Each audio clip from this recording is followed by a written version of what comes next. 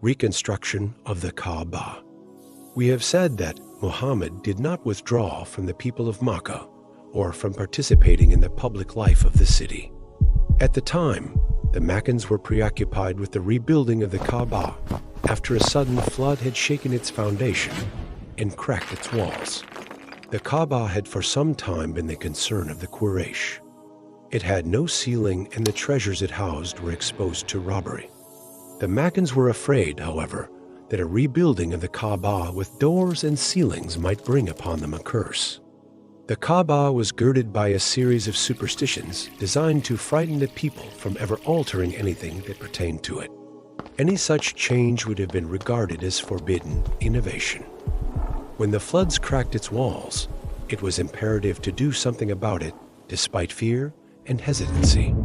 Coincidentally, a ship coming from Egypt belonging to a Byzantine trader called Pachomius was washed ashore. Pachomius was a builder by trade and knew something of carpentry. When Quraysh heard of him, Al-Walid ibn al-Mughira headed a delegation of Meccans to Jeddah to negotiate with him. They bought from him the ship and commissioned him to come with them to Makkah and help them in the building of the Kaaba. Pachomius accepted. In Makkah, there resided another Coptic man who knew something of carpentry. They asked him to assist Pachomius, and the work began. Wrecking and rebuilding the Kaaba. To every one of the 4 clans of Makkah fell the duty of wrecking and rebuilding one of the 4 walls of the Kaaba. No one, however, volunteered to begin the work of wrecking for fear of punishment by its gods. Al-Walid ibn al-Mughira, approaching his task with strong premonitions, prayed to the gods before pulling down part of the Yamani wall assigned to his tribe. The rest waited in order to see what would befall Al-Walid as a result of his deed. When the morning came and nothing had happened to him, they took courage and began their work. Like the rest, Muhammad carried stones back and forth, and the wrecking continued until the Kaaba was leveled. Below the walls, green stones were found, which the Meccans were unable to shake loose. They decided to use them as foundation on which to build the new walls.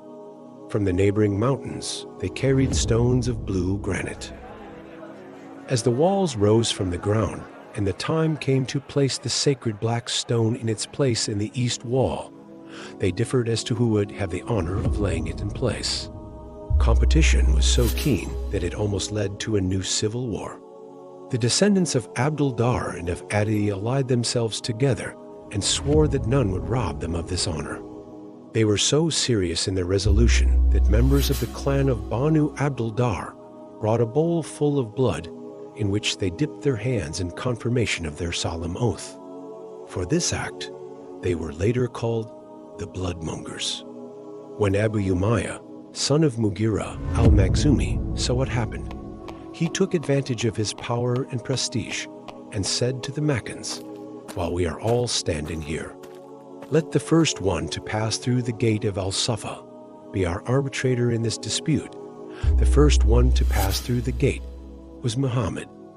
When they beheld him, they said, "There goes Al-Amin. We shall agree with his verdict," realizing as he listened to them that the contenders had worked themselves up into a passion. Muhammad thought for a moment and said, "Bring me a robe."